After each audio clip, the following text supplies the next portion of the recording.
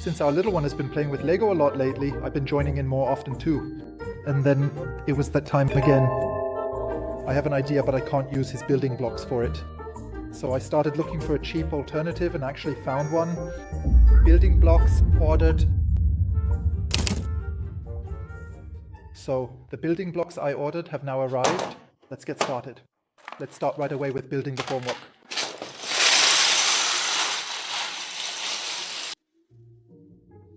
If you liked playing with them as a kid, you know the unwritten rules. First, always sort the blocks. That way you're much more efficient and faster when building. And number 2, never leave the blocks lying on the floor. Otherwise, this is what happens. Because I always follow my own hard rules, I started by sorting the blocks by type, and then I got started right away. So let's jump right into the first project. Now that winter is coming again, I'm going to build a wax melter. I've already got something in mind for that. For those of you who don't know what a wax melter is, it's a candle that you can feed with old wax scraps and leftover candle stubs. That way it's always refillable. Since we need smooth surfaces for the concrete formwork, I got myself some blocks with a smooth surface. Also in this size here. That way you can later achieve exposed concrete surfaces. The formwork will consist of 2 parts, an outer formwork and an inner formwork. I want to build both using Lego. And I hope I'll be able to get the inner formwork out again later, because to be honest, I'm a bit concerned about that. Whether it actually makes sense to build a casting mold out of building blocks is something we'll just leave open for now. I just had another idea that I really wanted to try out. Actually, it was even 2 ideas. And yes, as a YouTuber, you can also try things that you might not necessarily do in normal life. So let's not judge it as bad right away, but first see what comes out of it. So with that, we've already finished the first mold. I'll just show it to you real quick. This here would be the body for the wax eater, and this is supposed to be the lid. So you can cover it and leave it at the club. As you can see, this is a really simple casting mold. Anyone can really do this. So what I also notice right now is that the gaps between the bricks are actually quite large in some places. But yes, it's the same here. You get what you pay for. So if you take a look at the bricks now, you can clearly see that the quality is much worse than the original. And personally, I always wonder, the Chinese obviously managed to build a machine that produces these bricks. And that's actually not that bad. So why can't they manage to get that last little bit right to match the quality? Why are the gaps so inconsistent, and what is the reason for that? Well, I don't know.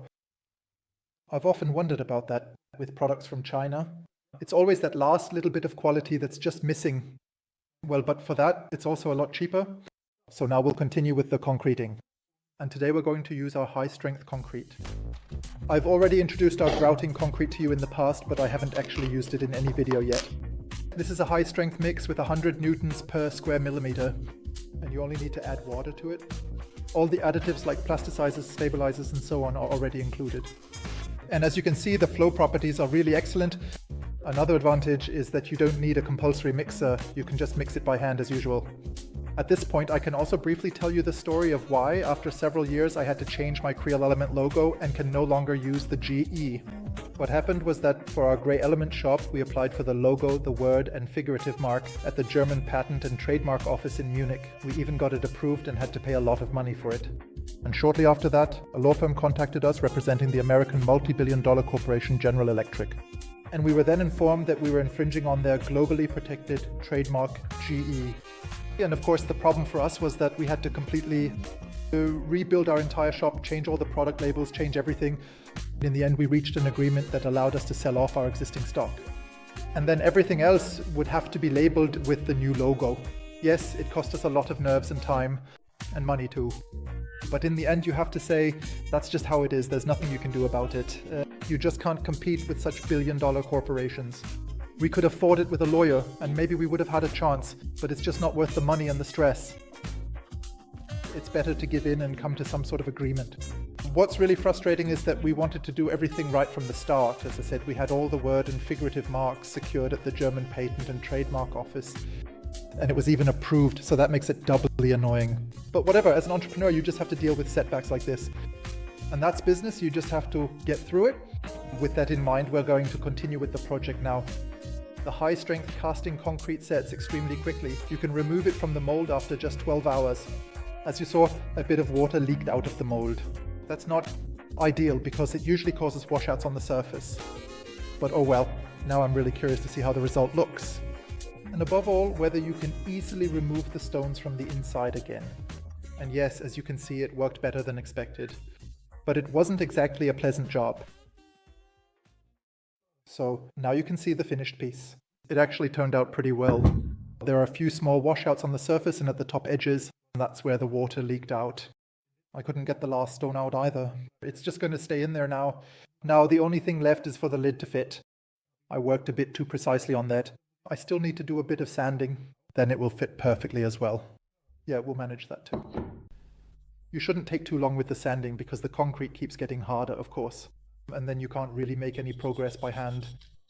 Alright, let's see if it fits better now.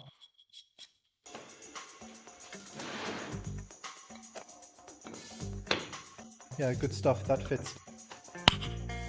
Nice. Of course, we also need a handle for the lid. I got one made of metal from the hardware store, and now we just need to attach it to the lid. It just gets screwed onto the lid from underneath with a lock nut. I'd say that's a quick and easy solution. To protect the concrete so it doesn't absorb the wax, I also applied a sealant. It's invisible. You can't even tell that there's anything on it. But that way the concrete is protected. And yeah, with that we're actually done with our first project. Of course, for our candle we still need some wax. And for that I'm going to use a bunch of old half-burnt tea lights left over from the last party. Normally you'd just throw those away. I also have some old candles here that always get used up.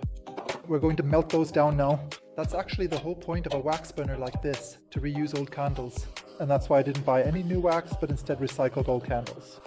That already saves you some money. Melting down the leftover wax works really well too. There's really nothing you can do wrong there. That wasn't a problem at all. For the candle wick, I got myself a long-lasting wick. I ordered it online. I can link it for you in the video description below. You simply place it in the candle, and then you can pour in the wax. It will now nicely soak up the wax and hopefully burn well.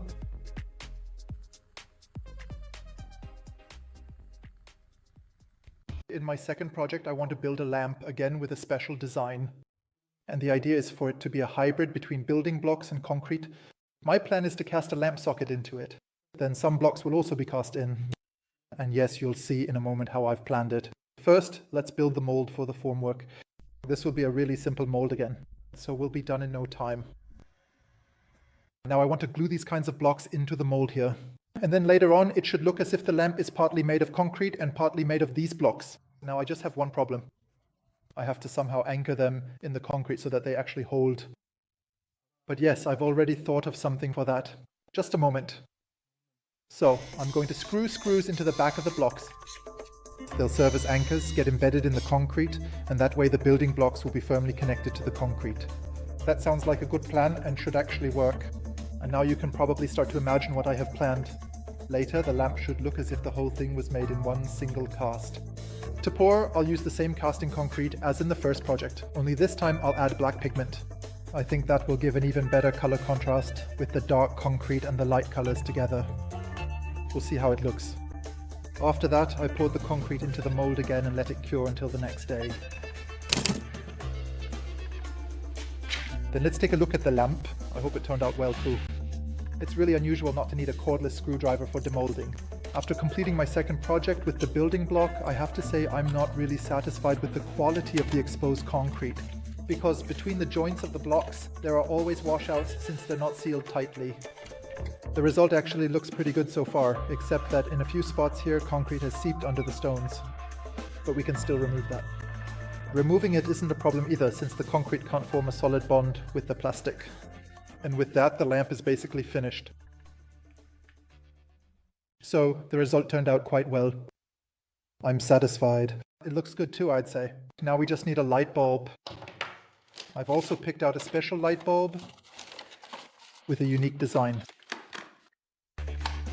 It looks like this. Let's see how it looks. And it works quite well too. I'm satisfied. So, here are my two projects. Honestly, I'm really satisfied. I don't know what you think. Of course, you can always debate about design. That's always the case. But you also have to say these two things are extremely easy to do. You don't need any tools at all. Anyone can manage it. So from that perspective, it was definitely worth it again. I hope you were able to take something away from this. Maybe I was even able to inspire you a little. And then I'll see you next time with new projects. Until then, take care. Ciao.